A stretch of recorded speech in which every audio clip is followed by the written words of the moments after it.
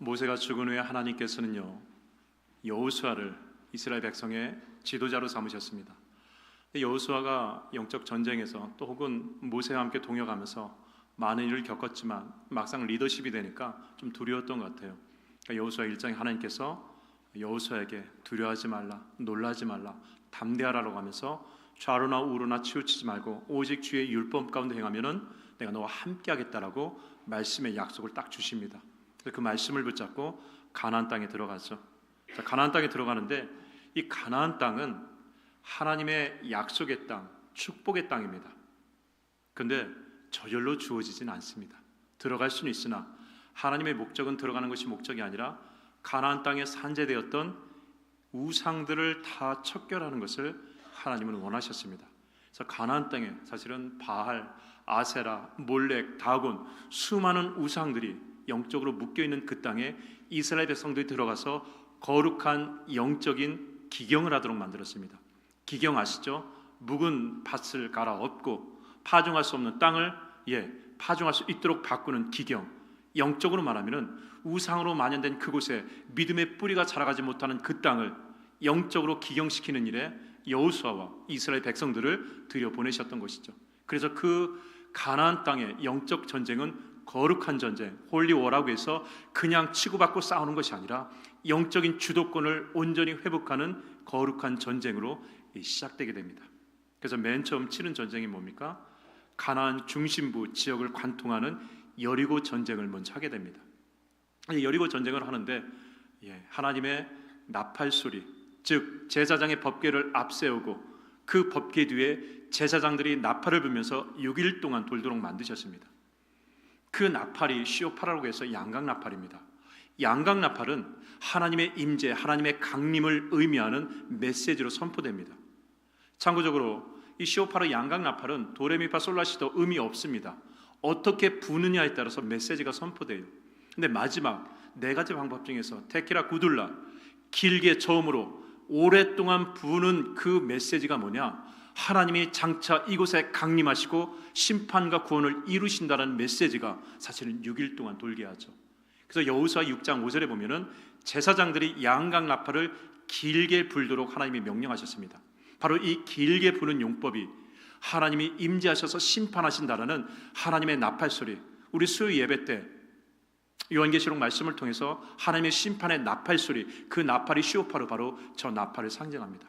그러니까 하나님의 나팔 소리가 여리고에서 부러짐과 동시에 심판이 여리고에서 아이성에서 계속해서 진행되는데 그게 하나님의 심판의 전주국이었다는 것이죠. 자, 그렇게 하나님의 군대가 되어서 여리고와 아이성을 점령하니까 가나안 부족들이 긴장하기 시작합니다. 이건 뭐 광야 여정에서 휩쓸려 다니는 광야 이 부족이 아니라 이건 조직적으로 정말 인간의 어떤 군대를 뛰어넘는 배후에 어떤 말할 수 없는 전능의 이 신이 존재한다는 것을 아니까 이제 가나안 족속들이 긴장하기 시작합니다. 그래서 어떻게 하냐면은 연합을 하기 시작해요. 가나안 북쪽과 남쪽에 부족들이 연합을 합니다. 그래서 가나안 남쪽은요, 예루살렘 이 지역의 왕이었던 아도니색을 중심으로 뭉치기 시작합니다. 족속들이 뭉쳐요. 그리고 북쪽은 하수랑 야빈을 통해서 북쪽이 뭉치기 시작합니다. 그러니까 똘똘 뭉쳐가지고 이스라엘과 대적하려고 하는데 그때 한 부족만 연합하지 않아요. 남쪽의 한 부족만 연합하지 않고 이스라엘과 몰래 화친을 하려고 합니다. 그 기브온 민족이죠. 이 기브온 민족은요 사실 남쪽 이 지역에서 가장 힘 있는 부족입니다. 여호수아 말씀에도 나왔듯이 이 기브온 민족은요 가장 큰 성읍을 가지고 있습니다. 군대도 다른 민족보다도 강한 군대를 소유하고 있습니다. 그런데 알았어요. 아무리 연합한다 할지라도 하나님의 민족과 싸운다는 것은 이건 멸망으로 가는 거라는 걸 알기 때문에 이들이 연합하지 않고 몰래 이스라엘 백성들과 화친을 요청합니다. 근데 그냥 화친하면 들키니까 멸망당할까 봐 거짓으로 어떻게 합니까? 가나안 땅에서 살지 않고 멀리에서 산 민족처럼 위장을 합니다. 그래서 일부러 곰팡이 난 떡, 신 포도주, 낡은 옷을 입고 이스라엘 백성들한테 다가옵니다. 그래서 얘기하죠. 우리는 사실 여기 사는 민족이 아니다. 자, 봐라. 우리는 이 멀리서 왔기 때문에 떡도 이 시간이 지나가지고 다 이렇게 곰팡이가 나고 포도주도 다 이렇게 그리고 뭐 옷도 이렇게 다 낡지 않았느냐? 우리는 여기 사는 민족이 아니라 저 멀리서 온 민족이니까 당신들의 하나님 그리고 당신들과 좀 화친을 맺었으면 좋겠다라고 접근을 합니다. 성경에 보면 알듯이 이스라엘 백성들이 겉모습만 보고 기도하지 않고 화친을 딱 맺어버립니다. 자, 그렇게 화친을 맺고 난 다음에 딱 보니까 속은 걸 알아요. 이들이 하나님의 말씀 안에서 멸망당해야 될 가나안의 부족 중에 한 민족, 이분 민족이라는 것을 그때 알게 되지만 안타깝게도 하나님 앞에 화친을 했거든요. 하나님 앞에서 저 민족과 화친하기로 조약을 맺었거든요. 자, 그러니까 어떻게 합니까? 그 민족을 멸하진 않는 대신 하나님의 집을 위해서 물을 깃고 장작을 는 일을 이제 맡김으로 해서 화친을 맺습니다. 그리고 어려울 때 도와주는 화친을 딱 맺어버립니다. 자, 그러니까 이렇게 기브온 민족, 남쪽의 강력한 기브온 민족이 이스라엘과 화친 조약을 맺었다고 하니까 가나안 남쪽 부족들이 화가 난 거예요. 배신감을 느낀 거예요. 아니, 지금 같이 이곳에서 연합해가지고 저 이스라엘 민족과 싸워야 되는데 자기 혼자 살자고 배신을 해?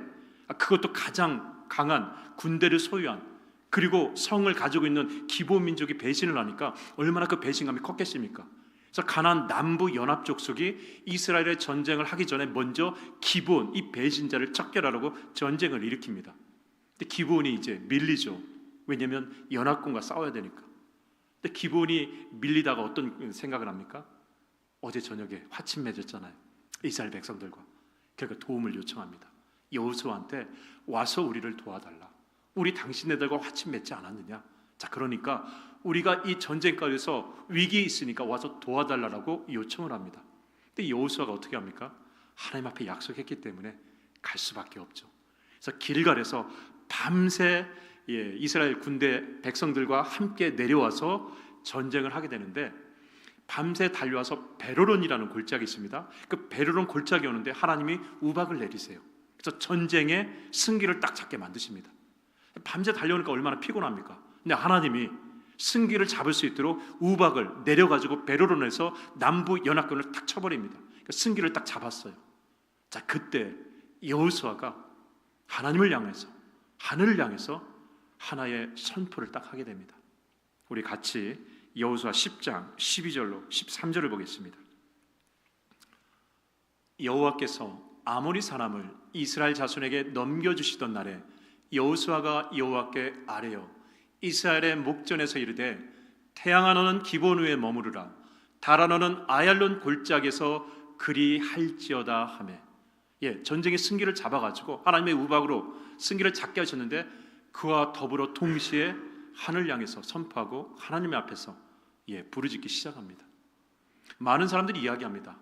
여호수아가 태양아 머물러라 달아 멈춰라라고 했을 때 이건 시간을 멈추게 한 것이다 라고 얘기합니다. 정확히 말하면 시간이 멈춘 게 아니죠. 그냥 해와 달만 멈췄을 뿐입니다. 시간이 멈췄다고 한다면 이스라엘 백성들과 이 남부 연합군이 어떻게 싸울 수 있겠습니까? 다 그냥 멈춰야 되죠. 또 어떤 사람들은 이 잃어버린 하루다, 태양이 멈추고 달이 멈췄으니까 시간이 멈춰서 하루가 역사 가운데서 빠졌을 것이다 라고 하면서 이 하루를 찾아 헤맵니다. 안타까워요. 왜냐하면 시간이 멈춘 게 아니기 때문에 그 순간 해와 달이 멈췄기 때문에. 여러분, 성경을 보면 여호수아가 분명히 외칩니다. 태양은 기브온 위에 멈추어라, 달은 아얄론 골짜기에 멈추어라 라고 말씀하셨습니다. 동시에 태양과 달이 떠 있습니다. 우리 구약 성경 공부하신 분들은 이해가 되실 거예요. 자, 태양과 달이 동시에 하늘에 떠 있는 경우가 있습니다. 언제죠? 아침 아니면 저녁에 태양과 달이 동시에 떠 있습니다.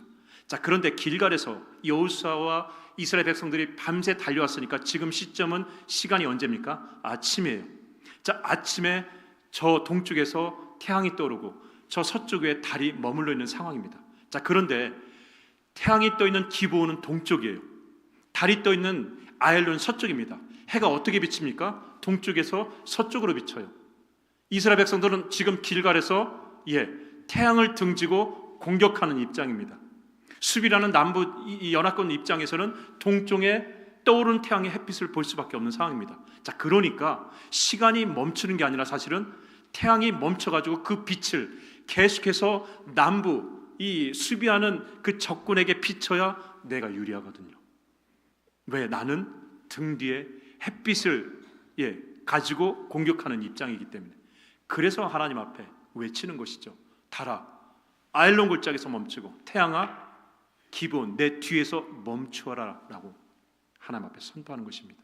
자, 그런데 우리가 여기서 또 중요하게 봐야 될 것은요, 태양이 멈추고 달이 멈추었다는 기적에만 우리가 포커스를 둬서는 안 됩니다. 왜냐하면 기적에만 포커스를 두면 어떻습니까? 우리의 기도가 어떻게 됩니까? 뜬구름 잡는 기도가 될 수 있는 거예요. 물론 우리의 기도를 통해서 하나님은 태양을 멈추고 달을 멈출 수 있습니다. 그러나 맨날 태양만 멈추고 달을 멈추는 기적만 일어난다고 한다면 우리의 심령은 어디가 있습니까? 현실에 가 있는 게 아니라 기적에만 갈 수 있기 때문에 그렇습니다. 그래서 우리의 말씀의 메시지는 이걸 통해서 오늘 우리에게 주시는 하나님의 영적인 중심이 뭔가를 마음에 담는 게 중요하죠. 자, 그래서 우리가 유독 중요하게 봐야 될 것은 뭐냐? 바로 12절입니다. 여호와께서 아모리 사람을 이스라엘 자손에게 넘겨주시던 날에 여호수아가 여호와께 아뢰어 이르되라고 그랬습니다. 태양아 달아라고 선포하라고 외치기 전에 여호수아가 하나님 앞에 무엇인가를 아뢰었다라고 그랬습니다. 근데 아뢰었다라는 말이요, 히브리어로 다바르란 말입니다. 이 다바르가 참 특이한 표현이에요. 첫 번째 의미는 대답하다, 두 번째 의미는 명령하다입니다. 자, 잘 보세요. 여호수아가 하나님 앞에 아뢰었다라고 하는 것은 대답하다라는 의미를 가지고 있다라고 했습니다. 이 대답하다라는 다바르가 하나님과 같이 쓰면 어떤 의미로 되냐면은 어떤 위기 상황이 있습니다. 어떤 어려움이 상황이 있습니다. 그래서 그거에 대한 어떤 답을 찾아야 되는데 그 답의 최선을 내가 붙잡았어요. 그럼 이 최선의 답을 하나님 앞에 말씀드리는 거예요. 이게 아뢰어라는 뜻입니다. 지금 이 상황에서 최선이 무엇일까를 고민하는 거예요. 무조건 향방 없이 기도하는 것이 아니라 지금 이 위기의 상에서 하나님 정말 이게 최선의 답인 것 같습니다. 나의 최선의 답이 아니라 하나님 보시기에 이게 최선의 답인 것 같습니다라고 하나님 앞에 알려드린 거예요. 그리고 동시에 두 번째 뜻이 뭐라고 했습니까? 명령하다, 선포하다라고 그랬습니다. 그게 최선의 답이라고 믿으면 하나님 앞에 아뢰일 뿐만 아니라 그 문제의 답이 되는 그게 사람이 될지 그게 자연이 될지 그게 어떤 물건이 될지 모르겠지만 그 답의 매개체를 향해서 선포하는 것이 바로 아뢰어라는 말이죠. 그러니까 지금 여호수아는요, 두 방향을 향해서 기도하고 선포하는 거예요. 첫 번째는 어디입니까? 하나님을 향해서 하나님 보시기에 이게 최선의 답인 것 같습니다라고 하나님 앞에 기도하고 동시에 그 확신 가운데서 그 답의 매개체가 되는 사물을 향해서 상황을 향해서 선포하는 것입니다. 여러분의 기도가 이런 중의적인 기도를 해야 되는 것을 생각해야 되는 것이죠. 지금 이 상황에서 내가 원하는 답이 아니라 하나님이 원하시는 답이 무엇인지를 하나님 앞에 정확히 아뢰 수 있고 그게 정말 하나님의 뜻이 맞다고 한다면 선포해야 된다는 것이죠. 여호수아는 이 두 가지 기도를 동시에 하고 있는 것입니다. 하나님 앞에 말씀드리고 선포하고. 자, 그래서 여호수아 10장 14절에 뭐라고 합니까? 여호와께서 사람의 목소리를 들으신 이 같은 날은 전에도 없었고 후에도 없었나니 이는 여호와께서 이스라엘을 위하여 싸우셨음이니라 라고 했습니다. 여호와께서 사람의 목소리를 들으신 이 같은 날은 전에도 없고 후에도 없었다라고 했습니다. 무슨 얘기입니까? 하나님이 그가 구한 것을 그가 답으로 올려드린 것을 정확하게 인정하셨다는 뜻입니다. 왜냐하면 하나님이 개입하셨거든요. 여러분, 솔로몬이 왕이 되고 난 다음에 기브온 산당에서 하나님 앞에 1000번째 예배를 드립니다. 그 예배를 드리고 나서 그 밤에 잠을 자요. 잠을 자는데 하나님이 그 밤에 꿈에 나타나셔가지고 질문을 딱 하나 던지십니다. 뭐라고 질문 던지시냐면 열왕기상 3장 5절에 이런 질문을 던지십니다. 기브온에서 밤에 여호와께서 솔로몬의 꿈에 나타나시느니라. 하나님이 이르시되 내가 내게 무엇을 줄고 너는 구하라 라고 그랬습니다. 왕이 된 상황에서 내가 지금 하나님의 왕으로 기름 부음 받아가지고 하나님 앞에 예배드리면서 이제 이 나라, 이 정권을 어떻게 끌고 나가야 되는지에 대한 부분을 하나님 앞에 예배로서 서는 그 자리입니다. 그때 물어보는 거예요. 야 솔로몬, 네가 왕이 되었는데 네가 지금 나한테 무엇을 구해야 맞는 것 같다라고 질문을 딱 던지십니다. 이해되시나요? 네가 왕으로서 네가 정말 하나님의 이 백성을 어떻게 다스릴지 너에게 가장 필요한 게 뭐야? 라고 딱 질문을 던지십니다. 이때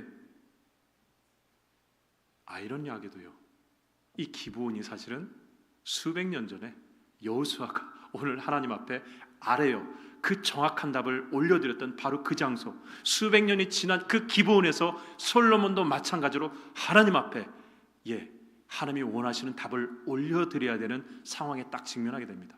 자, 그때 이 질문에 대한 답을요 솔로몬은 한 문장으로 얘기하지 않습니다. 아주 길게 풀었어요. 이제 열왕기상 3장 6절로 9절을 우리가 읽겠지만요, 솔로몬이 이 답을 딱 말합니다. 근데 답을 말하면서 무슨 얘기를 하냐, 내가 왜 이 답을 하나님 앞에 올려드리는지에 대해서 서론, 본론, 결론, 아주 길게 이 답에 대한 이야기를 풀어냅니다. 이게 마치 뭐와 같냐면요, 여러분 수능, 한국에서 수능을 보면은 논술을 봅니다. 이 얘기에 대해서, 이거에 대해서 너가 이야기를 서론, 본론, 결론으로 진술하는 논술이 있습니다. 미국에서는 에세이라고 하죠. 어떤 주제에 대해서 내가 서론, 본론, 결론을 한 500자 정도로 딱 올려드리는 거예요. 마찬가지로 솔로몬이 하나님이 묻는 그 답에 네가 왕으로서 나에게 정말 원하는 게 뭐냐라고 물어봤을 때 솔로몬은요, 이 열왕기상 3장 6절로 9절 거의 한 500자 정도 되는 것 같아요. 정말 지금으로 하면 이 논술, 에세이와 같이 서론, 본론, 결론을 탁 쓰면서 내가 왜 하나님 앞에 이것을 구할 수밖에 없는지 한 이야기를 풀어내기 시작합니다. 제가 한번 읽어드리겠습니다. 솔로몬이 이르되 주의 종 내 아버지 다윗이 성실과 공의와 정직한 마음으로 주와 함께 주 앞에서 행하심으로 주께서 그에게 큰 은혜를 베푸셨고 주께서 또 그를 위하여 이 큰 은혜를 항상 주사 오늘과 같이 그의 자리에 앉을 아들을 그에게 주셨나이다. 여러분 6절이 뭔지 아세요? 내가 왕이 된 이유를 설명하는 거예요. 내가 왕이 된 게 왜 왕이 될 수밖에 없는지를 하나님 앞에 딱 고백을 합니다. 6절은. 그 다음에 7절, 나의 하나님 여호와여 주께서 종으로 종의 아버지 다윗을 대신하여 왕이 되게 하셨사오나 종은 작은 아이라 출입할 줄을 알지 못하고 주께서 택하신 백성 가운데 있나이다. 그들은 큰 백성이라 수요가 많아서 셀 수도 없고 기록할 수도 없사오니. 이제 얘기하는 겁니다. 그래서 내가 정말 필요한 것이 무엇인지를 9절에 누가 주의 이름으로 이 많은 백성을 재판할 수 있사오리까? 듣는 마음을 종에게 주사 주의 백성을 재판하여 선악을 분별하게 하옵소서. 듣는 마음, 러브 쇼메이야, 하나님의 마음. 하나님, 내게 필요한 것은 하나님의 마음입니다. 하나님의 그 마음을 놓치지 않도록, 하나님의 그 의도를 놓치지 않도록 이 마음에 하나님의 마음을 주시옵소서. 그래야 재판을 선악간에 정확히 할 거거든요. 여러분, 이 기도, 이 답을 하고 난 다음에 어떤 에피소드가 성경에 나옵니까? 창기 2명이 와가지고 서로 내 아들이라고 싸우는 장면이 나옵니다. 이건 어떻게 판결할 수 없는 거예요. 분별할 수가 없는 것입니다. 그때 그걸 어떻게 풀어버립니까? 하나님의 마음으로. 그 들끓는 긍휼의 마음, 어머니의 마음, 하나님의 마음을 딱 던지면서 그것을 풀어내기 시작합니다. 알았어요, 솔로몬은. 하나님이 정말 무엇을 원하시는지 그 답을 올려드릴 뿐만 아니라 내가 왜 이것을 구할 수밖에 없는지에 대해서 정확하게 하나님 앞에 풀어 올리죠. 여러분, 지금 여호수아와 이스라엘 백성이 어떤 상황입니까? 전쟁 상황입니다. 가나안 정복 전쟁을 하고 있습니다. 이 전쟁의 포인트는 뭡니까? 이기는 게 포인트지만 더 중요한 건 뭡니까? 그 과정에서 하나님을 신뢰하고 그 신뢰한 하나님을 통하여서 믿음을 가지고 용기를 가지고 나가 싸우는 것이 중요한 포인트입니다. 그냥 이기는 게 중요한 게 아니에요. 그렇다고 한다면 하나님께서요 그냥 기적으로 다 끝내버리실 거죠. 믿음의 사람은 그냥 뒤에서 보기만 하셨겠죠. 그게 중요한 게 아니거든요. 이기지만 어떻게 이기하냐? 그 승리를 주시는 하나님을 끝까지 신뢰할 수 있느냐? 그 하나님을 신뢰하고 용기를 가지고 담대하게 그 한복판에 나가서 너가 싸울 수 있느냐라는 것을 하나님은 원하시는 것이었습니다. 그렇죠? 그러니까 베드로는 골짜기에서 우박을 내리시지만 그러나 우박으로 모든 걸 끝내시지 않습니다. 이스라엘 백성들이 행동할 여백을 남겨주세요. 이 전쟁이 여기서만 끝나지 않잖아요. 남쪽 연합군과 싸운 다음에 남은 전쟁이 뭡니까? 북쪽 연합군과 싸워야 돼요. 그러고 나서 또 남겨진 모압, 암몬, 블레셋, 애굽, 에돔, 정말 많은 민족과 계속해서 싸워야 됩니다. 근데 그 싸움은요 사실은 쉽지가 않아요. 그래서 이스라엘 백성들에게 나를 신뢰하고 끝까지 나를 바라보면서 믿음으로 끝까지 용기를 잃어버리지 않고 싸울 수 있냐라는 그 믿음을 잃어버리지 않기를 우리 하나님은 원하셨기 때문에 그렇습니다. 여러분, 오늘 말씀을 잘못 보면요, 이 여호수아가 엄청난 것을 요구하는 것처럼 보여요. 그렇죠? 하늘이, 태양이 멈추고 달이 멈춘 게 얼마나 큰 기도입니까? 근데 자칫 잘못 보면 엄청난 걸 요구하는 것처럼 보이지만은 영적으로, 아니 성경을 다시 한번 보면요, 여호수아가 얼마나 기도의 절제성을 가지고 하나님 앞에 부르짖고 있다라는 것을 여러분 보시면 됩니다. 왜냐면요, 여호수아가 하나님 앞에, 하나님, 태양에 흑점이 폭발해 가지고 그 모든 것을 불사르 주시옵소서, 달의 파편이 떨어나 가지고 이 전쟁을 이 한 번에 끝나게 해 주시옵소서라고 기도하지 않았습니다. 멈추라고 했어요. 멈추라고 했습니다. 태양은 여기까지, 달은 여기까지, 나머지는 나와 이스라엘 백성들이 힘을 다해, 용기를 다해 주 의지하고 싸우는 것으로 이 내용이 이어지거든요. 여러분 같았으면 어떻겠습니까? 연합군, 얼마나 많은 연합군입니까? 숫자로도 우리보다 많기 때문에. 그럼 우리의 기도는요, 선을 넘어가요. 달아 태양아 멈춰라가 아니라 뭡니까? 달아 저쪽을 향해서 불을 쏟아라, 태양아 저쪽으로 해서 불을 쏟아라. 우리의 기도가 넘어가요. 그리고 나는 태양과 달이 멈추는 게 아니라 내가 멈춰요, 싸우지 않고.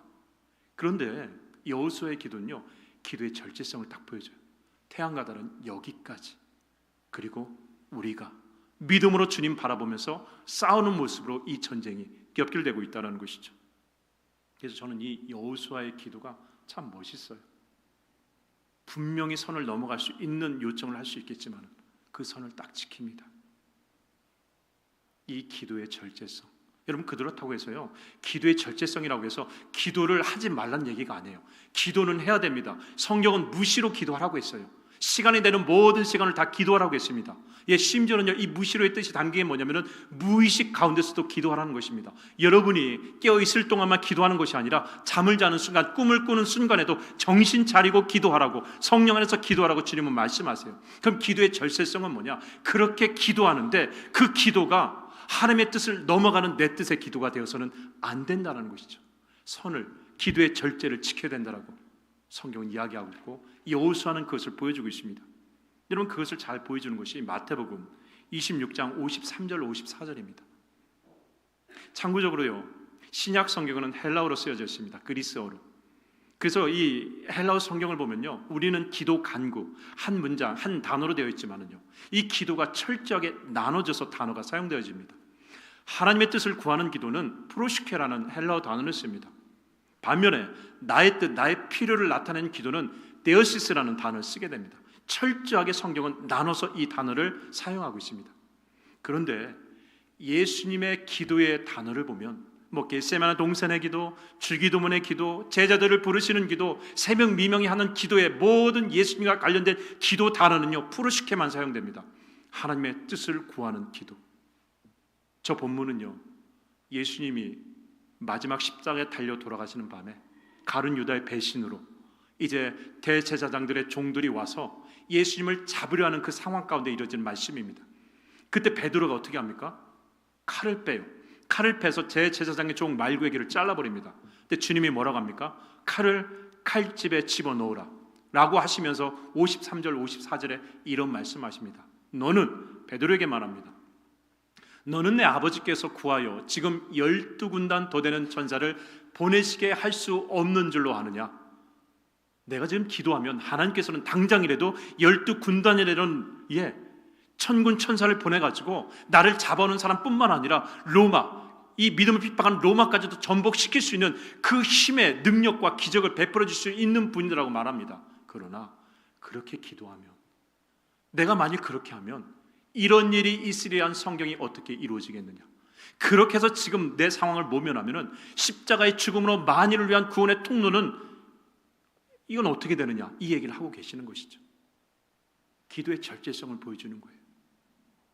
겟세마네 동산에서 땀이 피가 되도록 부르짖는 예수 그리스도, 새벽 미명하게 부르짖는 예수 그리스도, 모든 가는 곳곳마다 기도하셨지만, 그러나 예수 그리스도의 기도는요, 프로시케, 기도의 선을, 나의 뜻을 절대로 하나님의 계획 위에 넘어가지 않도록 만드셨다는 것이죠.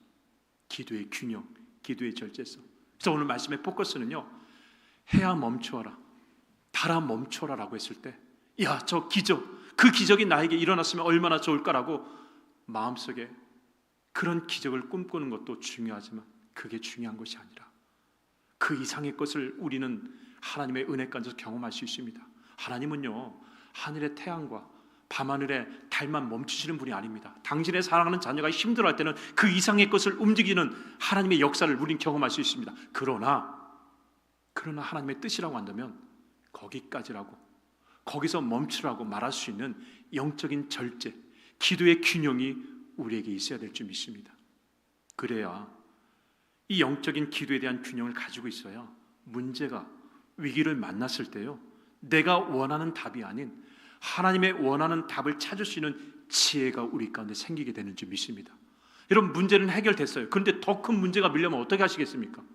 이건 하나님의 뜻이 아니라 나의 뜻으로 계속 이게 가다 보면요, 나중엔요, 하나님이 원하시는 길이 아니라 엄한 곳에 가 있다는 것이죠.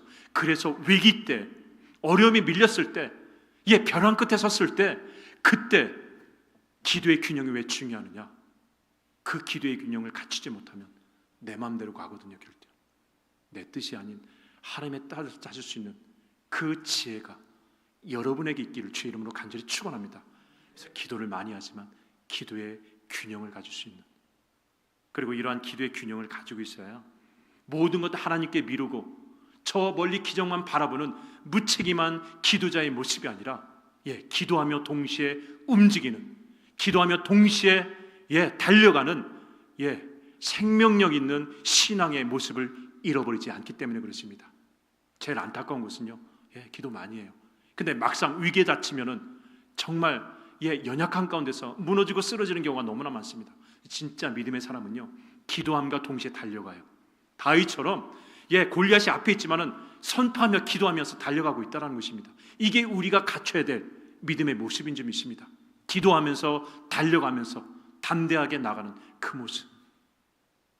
그래서 우박이 쏟아지고 태양과 달이 멈춘 기적의 순간에도 그 기적만 바라보지 않고 의지하지 않고 행동하는 신앙의 모습이 우리의 모습이 될 줄 믿습니다. 여러분, 하늘과 태양과 별과 달이 기적을 베풀면요, 세상 사람들은요 그 기적을 보고 해와 달의 별을 하고 우상을 만들어냅니다. 그런데요, 하나님의 사람은 그 기적을 보면서 해와 달에 절하는 사람이 아니라 뭡니까? 해와 달을 호미 삼고 도구 삼아서 이 세상을 다스릴 수 있는 영적 선포, 권세를 가진 사람이 우리 믿음의 사람인 줄 믿습니다. 그게 우리예요. 그게 영적 경작권을 가진 우리 믿음의 사람인 줄 믿습니다. 세상의 모든 것들을 말씀으로, 기도로 움직일 수 있는, 왜? 하나님이 그 말씀 기도를, 하나님의 뜻이 맞으면은 그 기도 그대로 하나님이 역사하시거든요. 잊지 마십시다. 기도의 균형, 영적인 경작권, 영적인 권세, 그것은 나의 뜻이 아닌 하나님의 뜻을 향해서 나아갈 때 그때 우리에게 주어주시는 하나님의 능력, 권세, 축복인 줄 믿습니다. 이 능력과 권세를 여러분들이 잃어버리지 않고 담대하게 붙잡고 세상을 향해서 선포하며 승리하는 일주일의 삶이 다 될 수 있기를 주의 이름으로 간절히 축원합니다. 우리 이 시간에 다 함께 일어나셔서 우리 10월의 파송의 찬양, 우리 감사 찬양 같이 부르면서 지나온 모든 삶의 여정이 하나님의 은혜이라는 것을 고백하면서 절대로 상황 가운데서 잠식당하지 않고 장밋꽃에만 감사하는 것이 아니라 장밋꽃의 가시에도 감시할 수 있는 넉넉한 아름다운 신앙을 우리 이 시간에 같이 고백하고 기도하고 마치겠습니다.